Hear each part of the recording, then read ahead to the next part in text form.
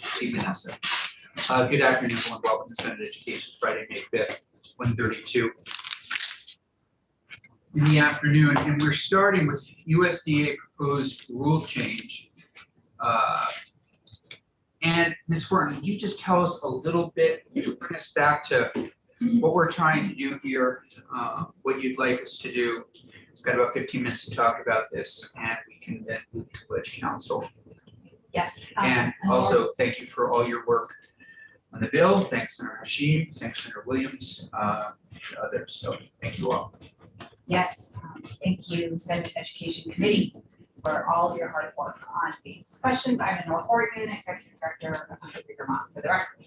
So this is a actually pretty simple thing, and while it does have some relationship to the Universal School Meals Bill, I would be here asking this committee to weigh in with USDA on this rule change regardless, because this rule change is beneficial for Vermont schools.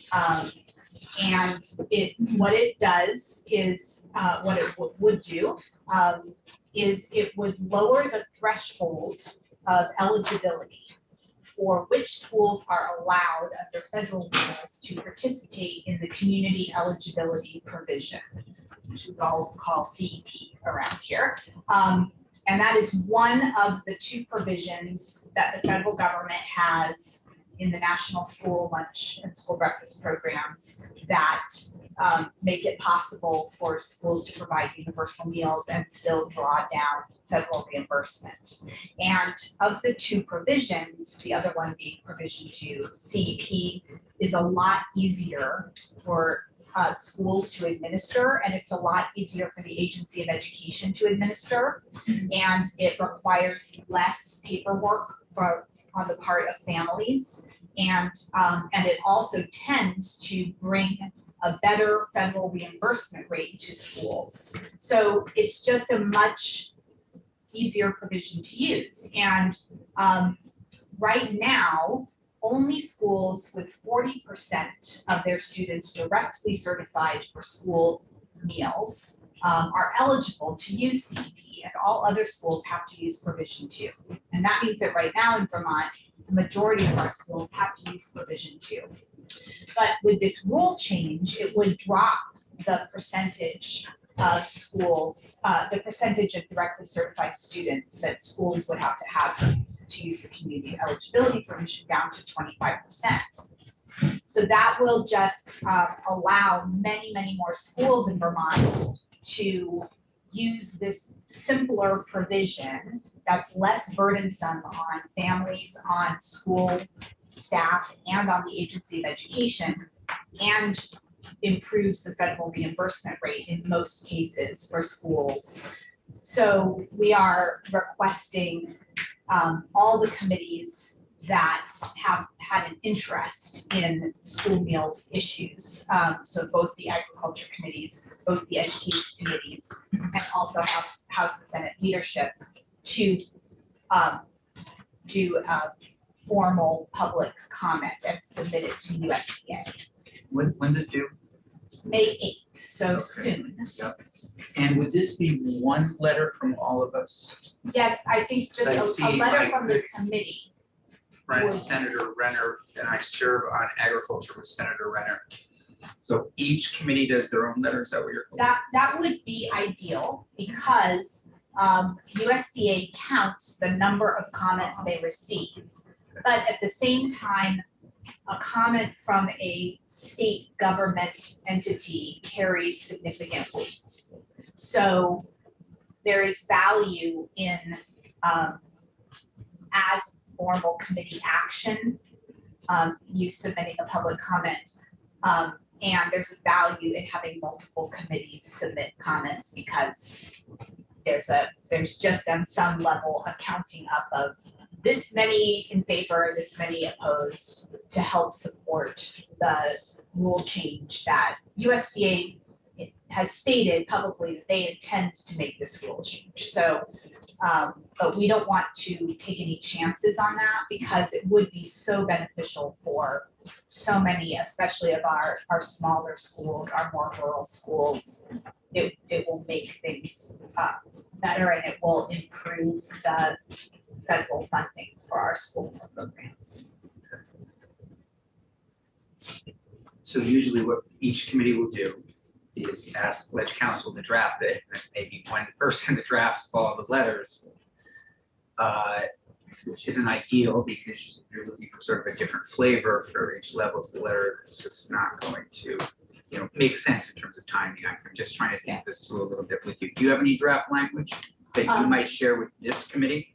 Yes, and it would be good for each letter to have some unique content, because I believe that the way that USDA, the way that these public portals work is that there's probably some artificial intelligence thing that scans all the comments. So if they're all exactly the same, they'll tend to exclude them. So like, because they don't want like 1,000 comments just being generated by one organization, right? So, so some unique content would be helpful. I could certainly provide just some suggested education specific language. That would be great.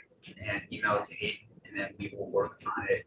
I can do a draft over the weekend probably and share it with Ledge Council, and then we can have the committee send it out. Oh boy. Close. Monday? Yeah. Something like on Monday. If you wouldn't mind sending that to Hayden, that would be great. I would do that right away. We'll do our best. And then Senator Renner's here because you're going to be working on a similar letter for ag. Right, which will be a little bit problematic because we're not supposed to meet again, but we'll figure that out.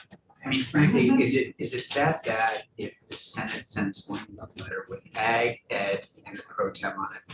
No. Because I think that might make life easier and more realistic. And, I mean, they haven't had they haven't had the discussion about school meals, so it might be more complicated there, but certainly that Let's that move would be toward great. it. One letter. Yeah, that's true. That's true. So if you send that to Senator Renner, me, Hayden, Okay. we'll work on it. Is that okay? Yeah, I still might want to talk to the ag committee about Yeah, we'll share. slightly doctoring the language and making 2 letters, if that's okay with you, because I think Whatever. to double our impact, but maybe they're getting millions. I mean, again, I think I mean, I anything you just- can do yeah, will be the great. fifth. Okay. Yeah. Okay, great, Senator. thank you. Can I ask a question? Absolutely. Not that good, universal like school meals, I almost said global school meals. I'm just curious about the mechanism by which we will find out if the federal government will be supporting that program at all. I know we've had discussions about hopefully there'll be some money coming from the federal government. Do you know when we might hear from that and how we will hear about it? So I'm not quite sure to what you're referring. So there will not be a global change to universal school meals at the federal level, I predict, given the situation in Congress. There are proposals for that. There are bills that are being introduced for that, but I feel that the likelihood of them passing right now is very, very, very, very slim. However, that there is continued reimbursement support for universal school meals, and this proposed rule change is the Biden administration's effort to do as much as they can do to increase the reimbursement that will come to schools who choose to do universal school meals while making it as simple to do as possible. The other thing that will increase the federal reimbursement for Vermont and lower the state cost is Medicaid, directly certifying students through Medicaid data, and that has already been approved. So we know that that will happen. The Agency of Education and the Department of Vermont Health Access are ready to implement that. And so that will improve the ratio of federal to state funds to pay for universal school meals in Vermont beginning next school year and into the future. So that's a permanent So change. much for clarifying that for me. I really appreciate it. Do you know when the rule might change or when? The proposed rule announcement, I believe is expected in July. I believe that's what USDA has set. I don't want to speak for Senator Harvey, but I think that's one of the reasons she thinks it's going to be so much Yeah, less. yeah. And I could even wager a guess in 5 years, it's going to cost the state $7 million. Yeah, That's okay. my guess, yeah, Yeah, we'll see. we don't know. Yeah. That, but the actions at the federal level have been toward increasing funding at the federal level for schools. So that is what we know. That's great. Okay, we'll look for that over the weekend. All right, thank you all so Thank much. you so much.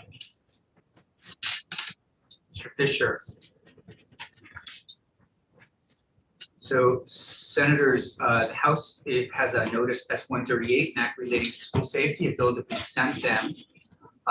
My understanding was there was some agreement, and now I'm frankly being inundated with letters telling us not to pass this bill, all sorts of organizations. So I will be very curious to understand the interpretation by the agency and others that some kind of agreement's been worked out while also receiving these letters. So my gut is going to be to probably call a community conference. But we'll try to keep an open mind.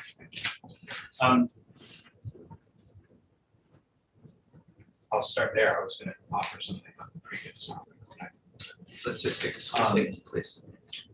So for the record, Ted Fisher, Vermont Agency of Education, the agency's director of communications and legislative affairs.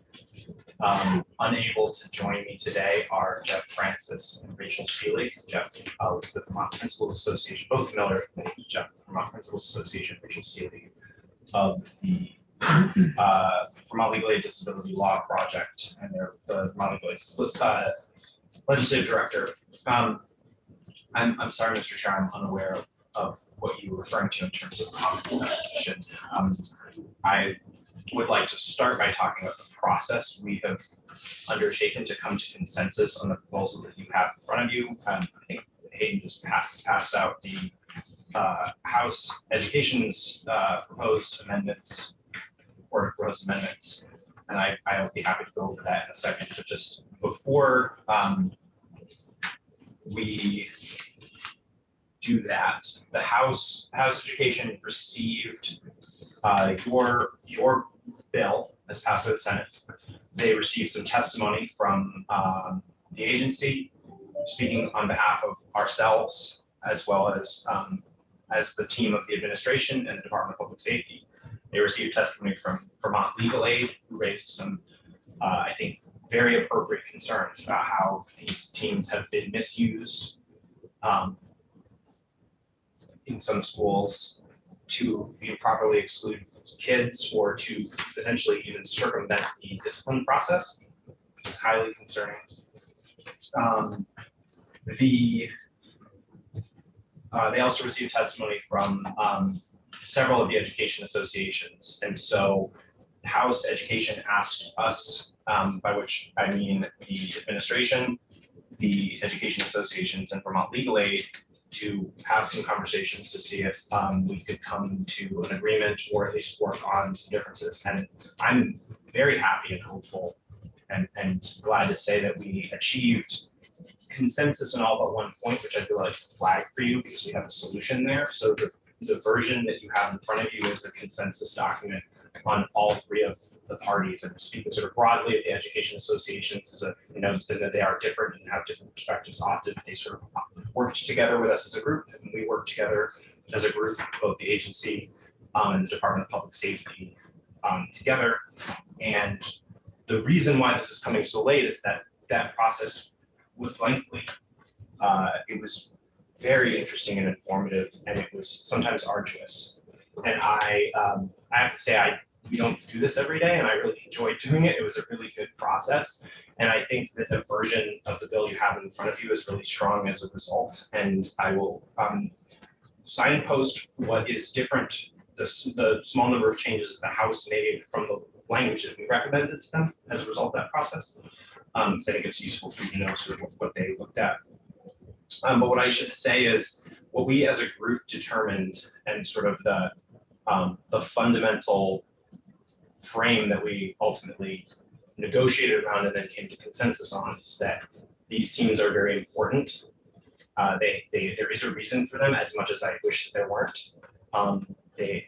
They do have a necessary role in school safety, and their intended purpose is really not to intervene or to subvert other processes or to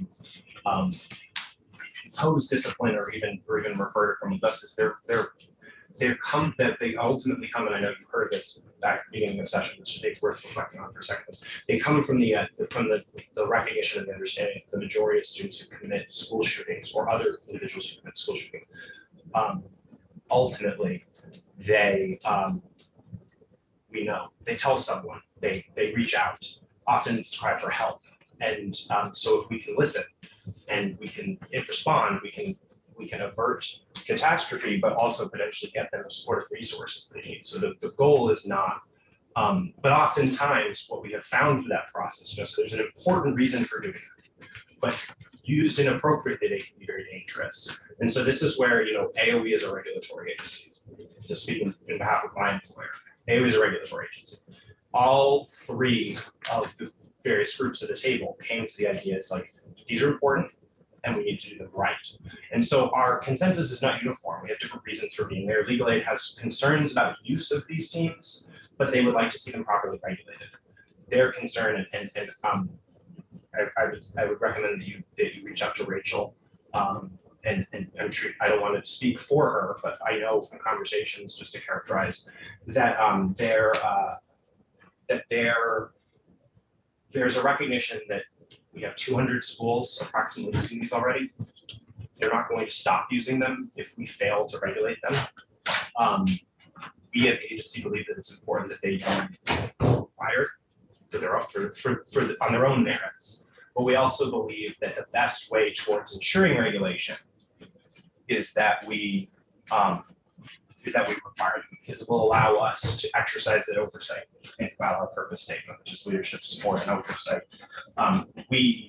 Our role here is to ensure oversight. We also have a duty now to bring that support, those support resources, to ensure that the field can implement. And so the reason why this is so different in terms of the language you're seeing is actually, I don't think because the concept is all that different from what you passed. It's because we realized there's a lot more work that needed to be done and needed to be put both in statute and in session law. So with that, what we did start from was actually your past bill. And we, as much as possible, tried to keep those. Now, the major difference in our section 4 of this bill is that the House has moved back to a shall and not may. So that's the significant difference. And again, that provides us that legal and regulatory construct. If it's a may, we don't have the same oversight authority. So the Vermont School Safety Center shall issue guidance on the best practices of behavioral threat assessment teams. Yes. So, and this is organized slightly differently from the way we submitted it, but that St. James has done an absolutely fantastic job, and I just have to call her out publicly because she did a very good job under time pressure, pulling our thoughts and organization and putting it into what would be good statutory language. So, very quickly, there's 2 amendments here. One is to section 1.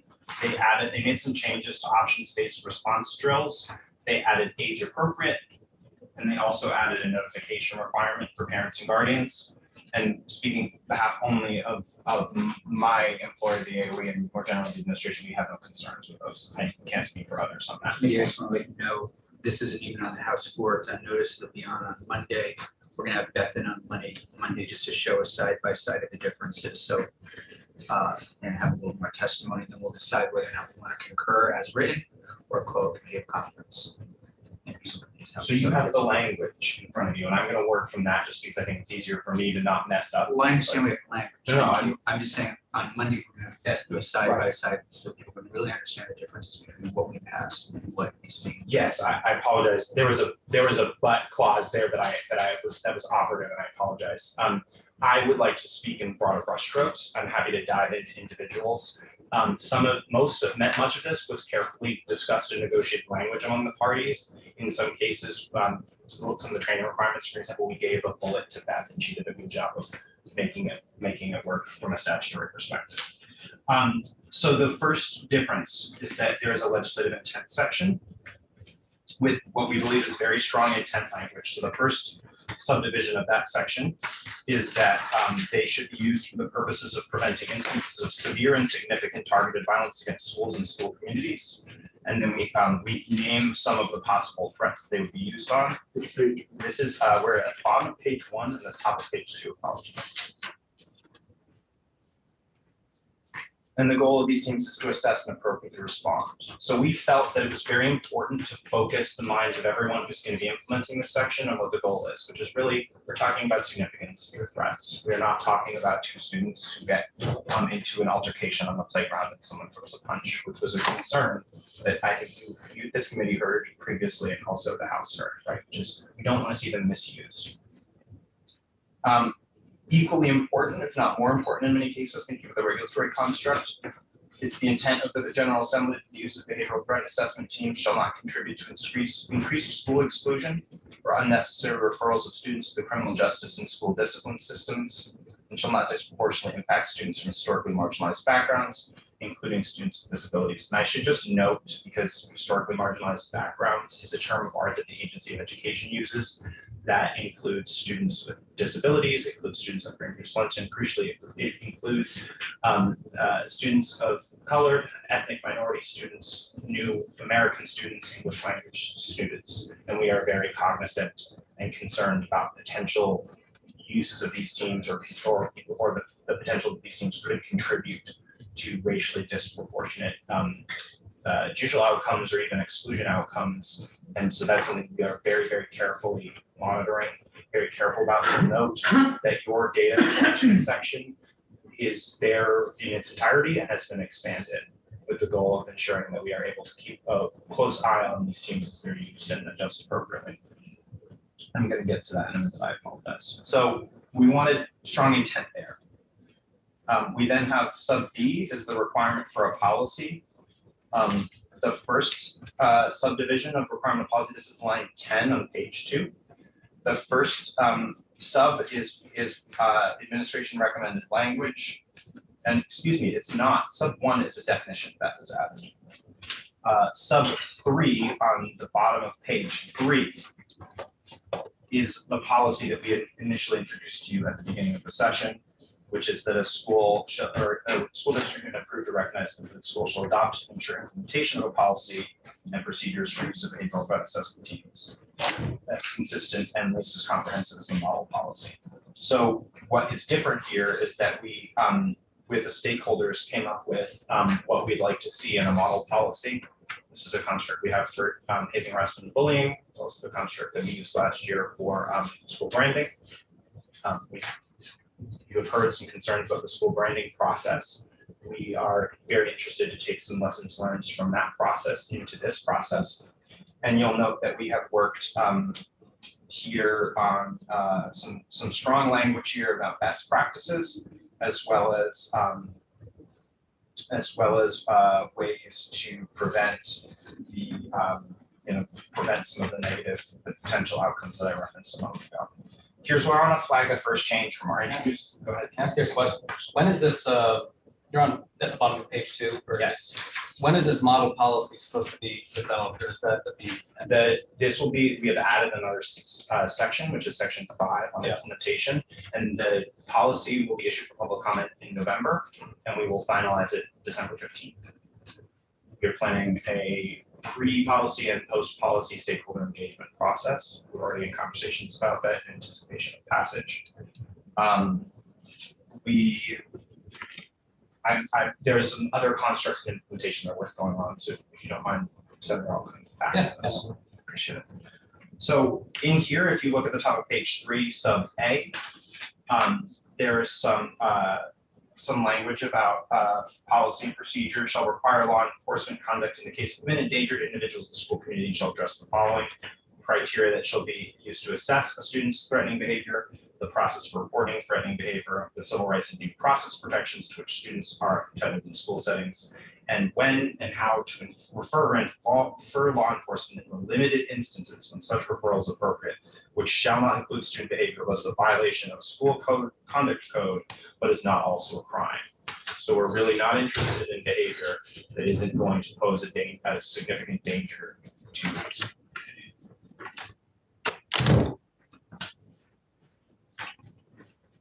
So then we have the requirement for the policy. And at the top of page 4, we go on talking about issuing guidance on best practices of behavioral threat assessment teams, as well as best practices on bias and how to reduce incidents of bias, developed in consultation with the Office of Racial Equity. So we've also added a section here. You actually had the original version of this section. Your subsection C referred to manifestation determination review process. And we started from that language and decided that we wanted to add some additional language, essentially to try to clarify that these teams should not circumvent the school discipline process, because these teams are to be used separately, and we want to make sure that they are not used they're not used inappropriately. And there are some anecdotes that the House heard, and I think you have heard. We are aware of instances of schools. I want to thank my colleague Rachel Seelig, who's joined us in the room, for bringing those to our attention. From the agency's perspective, these are instances of cases where what intentionally or unintentionally, where the behavioral threat assessment teams being misused, not being used appropriately. The goal of these teams is to meet as soon as possible when a threat is identified. We are hearing instances of where the team doesn't meet for weeks and a student is excluded from school. That shouldn't happen. The goal of these teams is to respond as quickly as possible, within hours or minutes. And we hear from schools that our school districts that are using that appropriately are leaders in this space, and that's how they operate. And we like to make sure that all school districts operate in that manner. So that's where we are here. We have that general language. We also have language in division 2 of subsection C about minimizing criminal justice interaction with the criminal justice system. We also, here's where I want to flag a moment of disagreement, and if you are okay with this, Mr. Chair, I might ask Rachel to comment, or if she wishes to comment on this. We did many rounds of conversation on the manifestation determination review language that you originally had in your version of the bill. And ultimately, we did not come to agreement on that section. And that is because the safeguards that some members of our group wished to see implemented, other members had concerns about the ability to implement. And rather than potentially not implement this year or get the process of this requirement started, we decided that we would like to have more conversations over the summer and fall and bring a legislative recommendation to you next year. So there is a reporting section, and when we get there, I want to flag that. But you will not see that language in here. We did share with the House Committee, and I would be happy to provide, if you'd like, where the sort of final versions were for both parties. So this was a process of just, again, of coming to consensus, and we came to consensus on every point except this one, and decided we'd like to still move forward and work to try to come to consensus next year and bring a similarly joint recommendation to you next year for further discussion. I would also say I'm certain we will probably think of other things and eventually identify through more conversations and through our stakeholder engagement process. And so the language that we write in the report section is very cognizant of that, in terms of we have a very specific reference to the stakeholder engagement process and bringing legislative recommendations from there. Moving on to training. We have this training requirement for an annual training requirement has been proposed since, at least since our initial conversation. What page? sorry, I apologize, page 5. Top of page 5, the subsection D is the bottom of page 4, but the operative language is on top of page 5. So this annual behavioral threat assessment training and bias training requirements, we've had versions of this throughout. We decided it was very important that there be annual bias training as well. We also, in our conversation, came to consensus that many other forms of training should be, these teams should receive on. So the list here in the A, B, C subparagraphs are rules governing exclusionary discipline. So it's one of our Agency of Education rule series. The purpose, use, and proper implementation of the manifestation determination review process, Section 504 of the Rehabilitation Act of 1973 and the Americans with Disabilities Act of 1990, and other civil rights laws. So that's very important. I just want to call that out. I was asked by Beth whether we were comfortable with it being so broad, and we are, because we'd like to be able to, through guidance, we identify other areas of training that would be necessary to help ensure these teams are used appropriately. We'd like to be able to signal that. We also would like the teams to receive training on the negative consequences of exclusion from school, and the impact of trauma on brain development. And also the teams need to receive group bias training, specifically focused in bias and carrying out the duties of the behavioral threat assessment team. And we felt that that was very important that they receive group bias training because many organizations, including many schools, do bias training, but we thought it would be useful for the group as a whole to go through it with the, sort of the hats they're wearing and the focus they have there. Sub 2 of this section is working with the Department of Public Safety for the School Safety Center to develop guidance and resources to assist supervisory unions, supervisory districts, and independent schools in providing the annual training required in the subsection, and a requirement that we consult with the Vermont Office of Racial Equity in developing these trainings. Sub E, I'm happy to go, subsection E, excuse me, is data and reporting and collection at the top of page 6. I'm happy to go over this. You will see language that you recognize here. We, for the most part, asked that they, we asked that they provide dates of training for all of the members, as well as the identities of the members. We also asked, I just want to make sure I get it right here, because it's written slightly differently from what we're. At the bottom of page 6, subdivision 4, we added the amount of time a student is out of school pending completion of behavioral threat assessment. So that's new language from your version.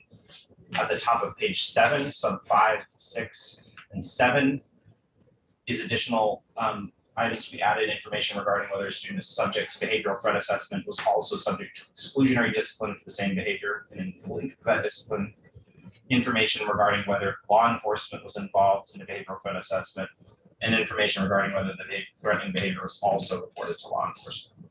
And we have an 8, which is any additional data the Secretary of Education determines may be necessary, which we think is important to allow us as best practice changes, as we learn things for implementation, for us to gather additional data.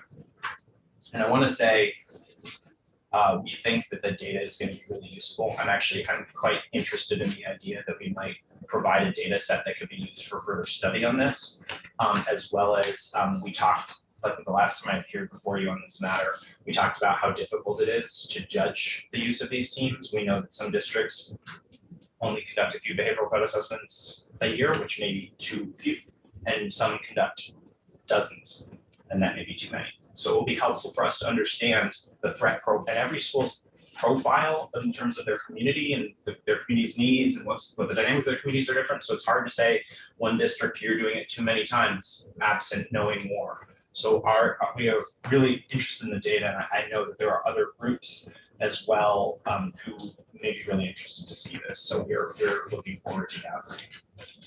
So that is the statutory edition, right? So that was the statutory law. So at the middle of page 7, because this is a report of amendment, on line 10, they amend the Senate passed version by striking out the effective date section and add a new section to rate as follows implementation. But before I mention that, your Senate passed version of the bill had an effective date of July 1 of 2024 on this section. Something that we almost immediately discussed and came to consensus on is that this is very important. We want to do it, but we need more time. We need time for school districts to come into compliance. We need an approach for school districts that are currently using it in terms of what they are going to do, and we need an approach for schools that are not currently using it. And so that's where there's a construct in here where there are different deadlines in the implementation section for schools that are using it versus schools that are not. But the first subsection of section 5 on line 14 of page 7 is the creation of a model policy. November 1st is our deadline for the draft model policy referenced. Ted, just so you know, we have a witness in 5 minutes, so we gotta keep Okay. high level, please. December 15th is that deadline. I'm going to skip down to page A, sub B. This is where we have some different deadlines for establishing school districts and independent schools not already using the teams to stand up the teams before July 1 of 2025. And then there's a list there of the things they need to do before that deadline. There's also a requirement that school districts and independent schools who are currently using the teams need to certify compliance with those same training requirements on or before the first day of the next school year, which is the school year 24, starting in September 2023. Then we have a requirement for issuing guidance and training necessary to assist school districts with implementation and guidelines about collecting the data. Middle of page 9, line 9, reports. We have 3 reports. You have us coming back on January 15th of next year in consultation with Vermont School Safety Center on the development of the model policy, training, data collection, and guidance issued. Page 10, January 15th of 2025, a second report on data collected, completion of the development of the model policy, and additional guidance issued. And other recommended guidance or things that we're considering. Bottom of page 10, sub 16, line 16, sub 3. January 15th of next year, Agency of Education shall also submit a written report with any recommended legislative language from the policy stakeholder work undertaken during the creation of the model policy and accompanying guidance for training materials required pursuant to section 4. And that's the language I mentioned a moment ago, which is we expect we're going to bring back at least one, I'm guessing probably several things that we will ask you for next year in terms of once we get to work on this process. I appreciate your time and attention. I appreciate the overview. We'll pick it up with Ledge Council on Monday. I don't see, unless senators see a different path, if this House passes this on Monday, second reading, unless they do it all on the same day, message it, which I don't think they're planning on, we get it on Thursday. So we either concur or it waits until next year. That's the way I'm sort of thinking about it at this point. So unless they feel like it's so urgent, they do everything in one day and message it, and somehow we get it Tuesday, but it still has to wait over a day, so we get it Wednesday. It'd be hard. Yeah, Senator Sheen. More of a comment. Yeah, please. You know, as we're getting to the end of the session, kind of looking at things from a 5,000-foot view and seeing the overlap, it's hard for me to, well, first let me say I do appreciate all the work that you've done on this, but it's hard to feel like supporting this right now just based on what I'm reading, when the General Assembly still seems to lack the willpower to create greater protections for students when it comes to discrimination and harassment, and to incorporate something that the Human Rights Commission still opposes, the ACLU still opposes, and the Office of Racial Equity, quote, cautiously supports. There's something that, I mean, I'm trusting my instinct here, but it's not sitting quite well with me. to mandate these threat assessment teams, but those are my initial thoughts, and I think that there's still more testimony that needs to be taken. That's my initial. Yeah, thank you. Yeah, Senator Jewett. Thank you, Chair. So we all come to this work, I think, with a lens of, based on where we live, where we're from, what our experiences are. And if there's one thing I've learned in the last few weeks, especially with our work around hazing, harassment, and bullying, is that what we're doing and what my experience is in Chittenden County is very different than the rest of the state. So when I look at, for example, Burlington, but also Essex and Winooski, we have a racial equity department. We have a diversity and equity and inclusion committee on our school board. We have I'm just looking, I pulled up our webpage. We have a summer racial justice academy that has 60 spots, that has 100 kids that want to join it. It's student run, student centered. We have a Stop the Hate campaign. We have Beyond Black History Month. We are constantly doing equity and inclusion work, and it's super, super important. And one thing I've learned is that I don't think this work is happening around the state, which troubles me in many, many ways. I do not believe we can litigate our way out of this by any means, but, and I might be supporting this, but I can't reiterate enough that there has to be a lot of work that is in concert with what is happening here. And I'm hoping next year in this committee, we can really dig into what needs to be done and start implementing and speaking up to our, the ecosystem of our educational landscape in the state, and the kind of work that they're doing around equity, inclusion, diversity, and anyway, I'll leave it at that. But it's been a very eye-opening couple of weeks for me in here, and I think a bias training is a good start, but I don't think that's going to fix the problems that I'm hearing. But I'm still figuring things out, but I think I'm prepared to support.